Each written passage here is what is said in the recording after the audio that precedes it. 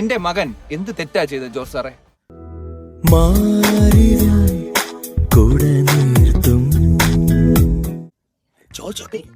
എന്റെ ഭാര്യയും കുട്ടികളും അടങ്ങുന്ന ചെറിയൊരു ലോകം. അതാണ് എന്റെ കുടുംബം. അവിടേക്ക് ക്ഷണിക്കപ്പെടാത്ത ഒരു അതിഥികൾ. അതാണ് നിങ്ങളെ ഈ നിൽക്കുന്ന മോശാവി.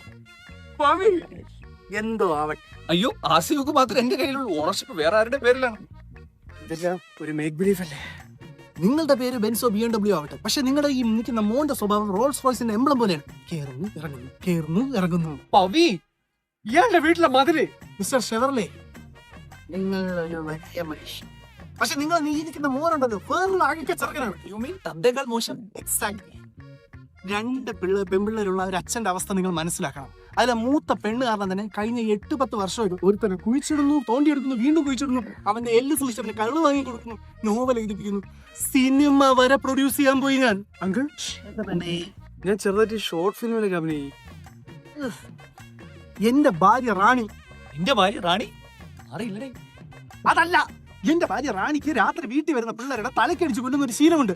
ജസ്റ്റ് മിസ്സിനാണ് ഇവർ രക്ഷപ്പെട്ടത്. ഇനി ഞാൻ പറയും, നീ കേക്കും. അയ്യോ, എന്ത് പറ്റിയ മഹേ? അംബാസഡർ എന്നോട് എവനെ വിളിച്ചോണ്ട് പോയി. വീട്ടുകാരോട് പറ ഞാൻ കാട് കയറിയത്. ഈ സത്യം എന്നോടൊപ്പം ഈ മണ്ണിൽ അലിഞ്ഞു. ഓക്കെ അല്ലേ സ്കോഡാ?